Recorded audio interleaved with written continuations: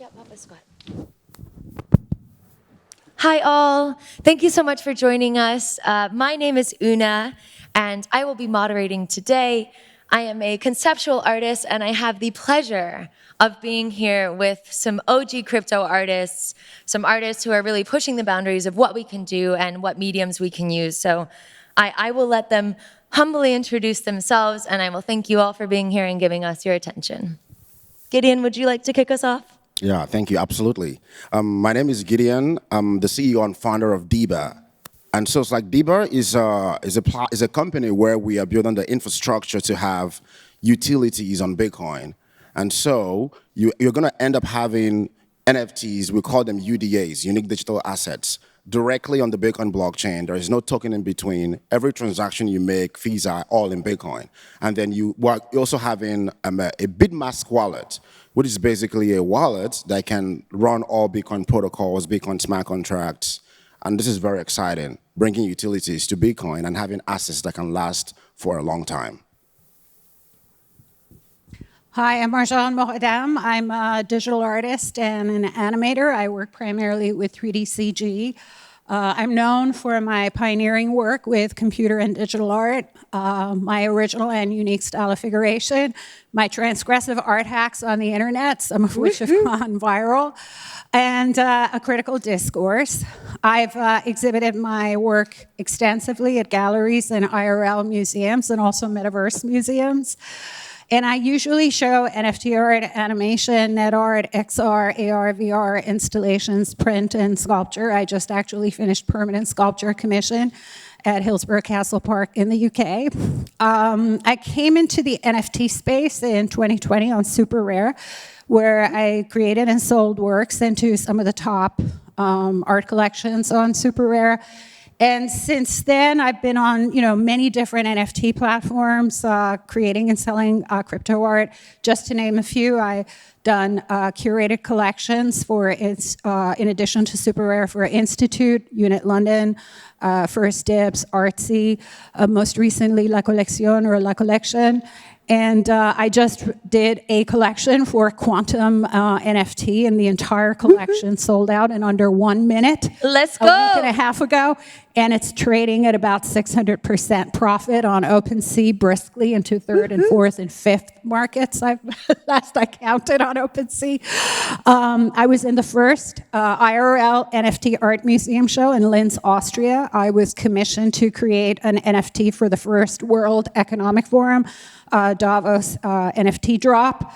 And I am featured between Beeple and Xcopy in the BBC documentary Art Goes Digital about crypto art and digital art. And my work explores post-humanist aesthetics and ideas in terms of how the technology is impacting humanity. Hi, everyone. My name is Sorenson. I'm from Montreal, just a short flight north from here. And I'm an experimental conceptual artist. I'm not necessarily based in one discipline or medium, so I like to experiment. I have a training in painting and drawing and print. And so I dabbled in video and installation and digital art, net art.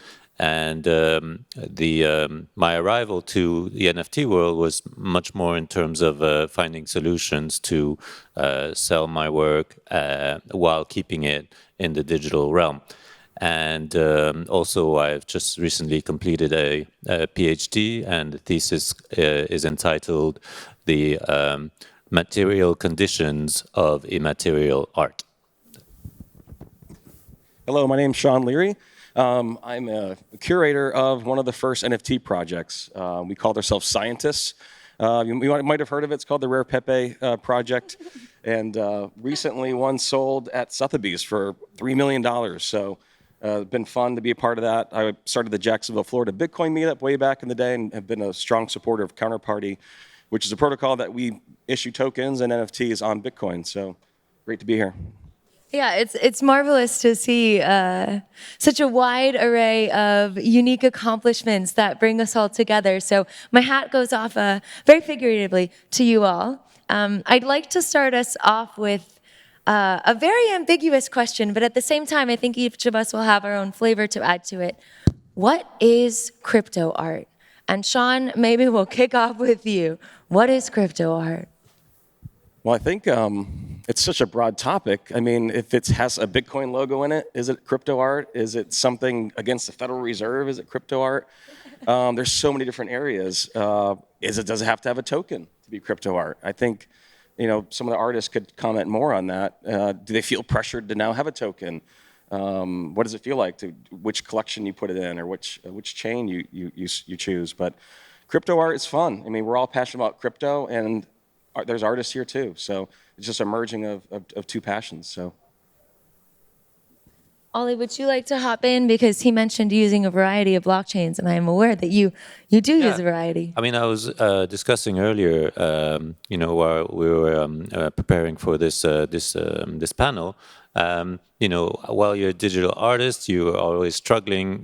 How are you going to make your work part of a collection?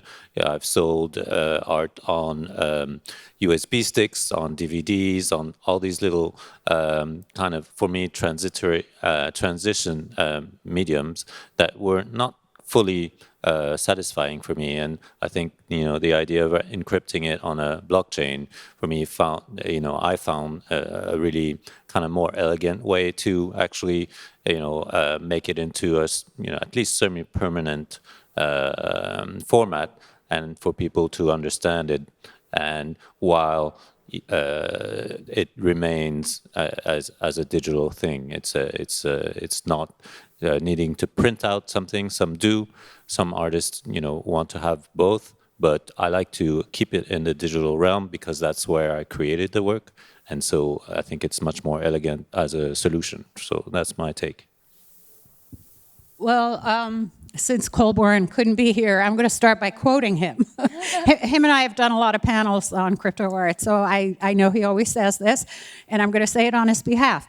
Crypto art is the software of the DeFi revolution. And I have a tendency to actually agree with that, although I phrase it a little bit differently. I think NFTs are a technology. Crypto art is the artistic, cultural, and intellectual movement that has originated out of the DeFi, or decentralized finance revolution. And I think that NFTs can be anything from sports memorabilia to pop culture ephemera to celebrity memorabilia. And crypto art is pretty firmly art, although it's a pretty broad umbrella as what constitutes art. And the important aspects of crypto art is that stylistically, aesthetically, and conceptually, it comes out of the post-digital and the post-internet. Philosophically, it comes out of post-humanism. You're a PhD. My day job is I'm a tenured full professor of digital art, so I actually speak this way all the time. And so I'd say those are its basic descriptions.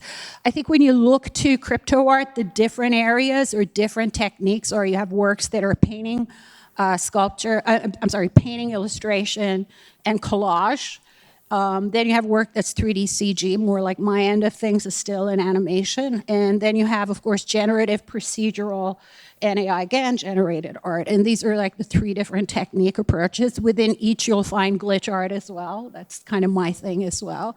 And out of all of these areas, I'd say 3D CG and generative, procedural, AI again generated art are, technically speaking, what are termed as computer or digital originals. They're natively digital. And I think that, on a lot of levels, we are kind of like the early modernists of 100 years ago. We're ridiculed and made fun out of by the art world in very much the same way the modernists were. We operate through small niche-like cliques of like artist, collector, curator, NFT platform, like little hubs. And, one could argue that we have the potential of having as much impact in terms of the 21st century as the modernists did with the 20th century. Gideon, would you like to chime in?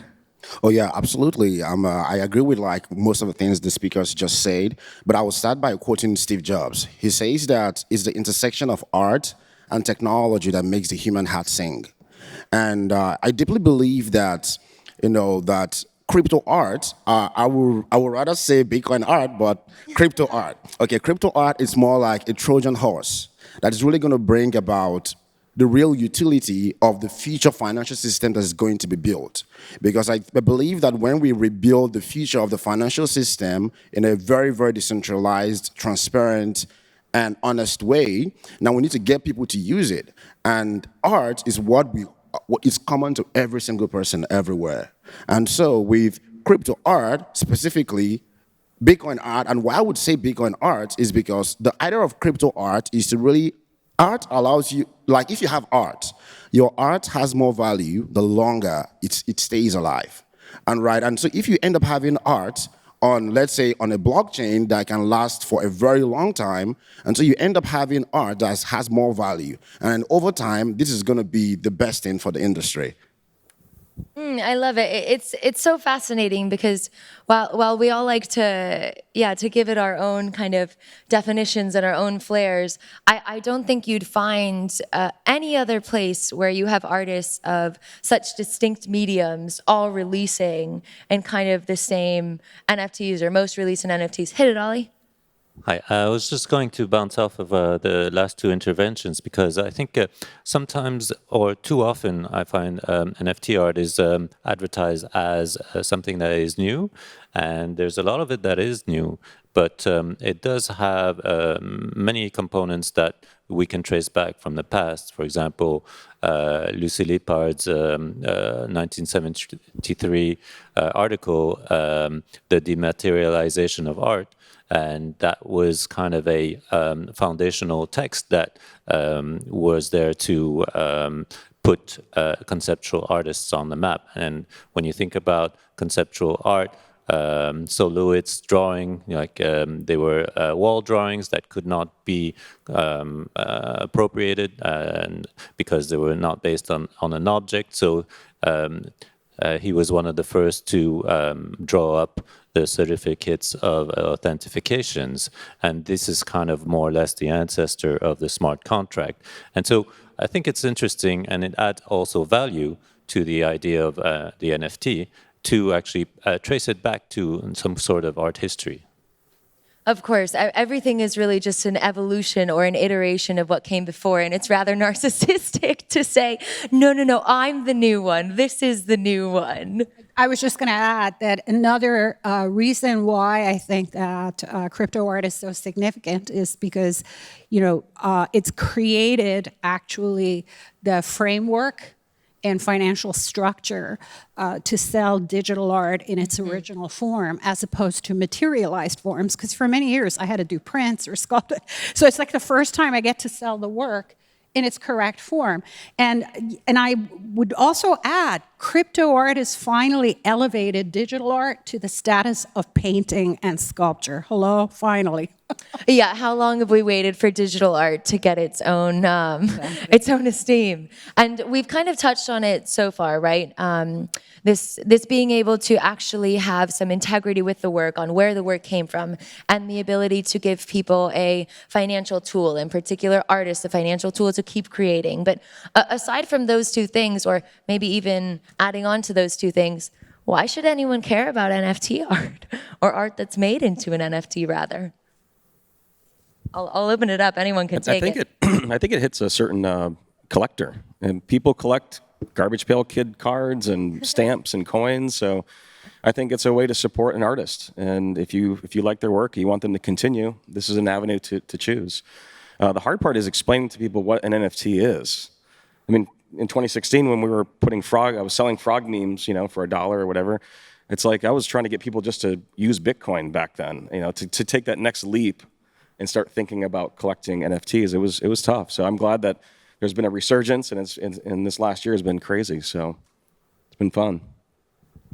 Yeah, I think when it comes to collecting, people really want to collect. But again, I will always go back to the same thing, right? That you want to collect something that is going to last. I want to have assets that I can pass down to generations after I'm gone, right? And that is the whole idea of collecting. And I think that having assets like that is really the future. And that's why, and then when it even comes to mass adoption of, assets, right, we literally moved away, in our company, we moved away from the term, we're moving away from the term NFT because, again, what is non-fungible token? It's really abstract. Totally. But when you think about UDAs, unique digital assets, right? And now this is like what I think that, having unique digital assets that you can pass down to generations, it's really important. And at the same time, you're also supporting the artist. Because like if you don't support the artist, you don't support the community, then you're doing nothing. So it's not worth it. You're basically stealing from the community. So it's like, how do you support the community while at the same time create the most value for yourself and for your generations after you are gone? I would sort of reduce it to, without crypto art, NFTs are like crypto Etsy. It's like crypto eBay, it's crypto Amazon. It is arguably an innovation and iteration of e-commerce, unquestionably. Of course. But for me to say, oh, we have another iteration of e-commerce is like saying the sun also rises. I mean, the one thing that is a constant is we're going to experience ongoing disruptions and innovations in e-commerce and technology and even decentralized finance. So those in and as of themselves are neither that significant or unique. But what is really arguably significant and unique here is that artistic, cultural, and intellectual framework that defines our era and sets the tone for the future. And as much as like sports memorabilia may perform highly in the collectible market, I can personally guarantee you no Babe Ruth anything has ever sold for as much as the Jean-Michel Basquiat, right? Or Francis Bacon. I mean, I rest my case. The precedence here is that the highest cultural expressions always have the highest value, period. Well said. Ollie, did you want to kind of share on that? Yeah, I think also for me, what is, if we're talking about flipping art and investing and the position of the artist for the longest time was passive in there. So, from the very first kind of scandal where Robert Rauschenberg, was bought a massive painting, and there was one of those collectors in the 70s. I can't remember the name of the collector, but 2 weeks later he sold it at auction, and Rauschenberg didn't get anything back from that massive profit the collector did. And so now we have this opportunity to claim back some royalties that are embedded in the actual technology of the NFT, and that's something I want to celebrate. Of course. It's almost as to say, like, you cannot ever strip the art from the artist, and you cannot strip the art of the context. So there you have the marriage of kind of both. Yeah, but I should add, because I've had this experience, the royalties aren't always informed because it has to do with the nature of the smart contract. And a lot of times when collectors go off the platforms, the royalties don't go to the artists. Also, a lot of times collectors bypass the platform and the artist by transferring from wallet to wallet. So I hate to say it, as much as it's like this wonderful idea that we're going to get royalties, it doesn't always happen. What's a fair royalty? What do you guys think is a fair royalty amount? I think the 10%, which is the standard, is fair. Yeah, between 7 to 10 is perfect. Yeah. I'm willing to even say, look, in order to promote greater, greater mobility within the crypto ecosystem, crypto art ecosystem, I'm willing to say that after secondary, it can drop to 5%. I know a lot of people are talking about that. It's interesting what you've just brought up there, because it is this kind of reliance on the technology. So it's navigating this liminal space of how do you push the art while also navigating the technology, right? So many artists now are kind of minting on their own smart contracts and really trying to set all that up. So I'm wondering now, if we have 3 minutes left, if you guys kind of want to just speak quickly to where you see the future of crypto art going. I would definitely say that I have very strong conviction that the future of crypto art is going to go towards having assets that are censorship resistant and that can last for generations. And that definitely will end up being, we're going to end up having maybe this world where we're going to have, most of these assets might likely be built on the Bitcoin blockchain. The main reason is because of the fact that everything is nature. She just said, nothing is new, right? And what Bitcoin really does is uses energy to secure a timeline. And this time chain or ledger is on top of it, we can build other assets. And these assets could be art, it could be other things. And then with that, we're going to end up having assets that cannot maybe move into things like proof of stake, where, like, for example, recently on Solana, they see someone's asset, telling him what you can do. The future is having assets that are censorship resistant, and then you can use that to build other things out of it. And crypto art is going to lead us into that future. And it's very exciting. Yeah, I think that, there's a lot of volatility in crypto, boom and bust cycles. And so there's a lot of NFTs that are losing value already. We know about that. 90% value has been lost on some of them. I always, collectors always ask me, what should I collect? I don't know why, but they always ask me that question. And I say, look, collect what you love, because, 3 years later, you're not going to feel embarrassed that you have it in your collection. But I can personally guarantee you a lot of people are going to transfer a lot of the PFP projects they bought to hidden wallets, because they don't want anybody to see that in their vaults 2 to 3 years from now. So you have to kind of say, do I really want this in my collection 3 to 5 years from now? That's always a good question to ask. Or you use zero knowledge proof, so no one can see what you own. But that goes back to the longevity point you brought up. Well, if we're talking about the future, I think a good note to end on would be to say that, we are, even though it is all digital, it still rests on material, on hard drives, on cables, on the internet, and we're still subjected to this, obsolescence of the technology, and so we kind of have to be wary of all, like, how is this technology going to survive, or sorry, the NFT going to survive the technology that is always in danger of becoming obsolete. I'll finish it up. I'm pretty bullish on the future, but I'm kind of an OG. I like the older stuff, but you never know what's going to break out. It's still somewhat of a nerd flex, some of the projects, and we'll see. It's as long as it's fun, let's keep doing it. Yeah, of course. I'll close this out with one quote from an abstract artist, Bruce McLean. He says, "The only serious thing in the world is art, and the only person that should not take themselves seriously is the artist." Thank you so much for joining us today. It's a pleasure to speak with you. Round of applause for our panelists.